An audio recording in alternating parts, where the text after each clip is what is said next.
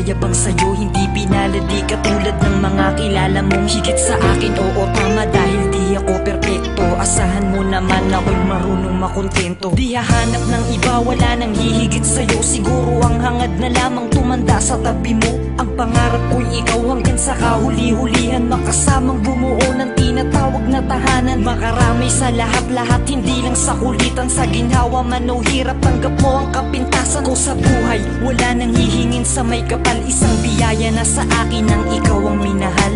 Ikaw ang minahal, ikaw ang minahal.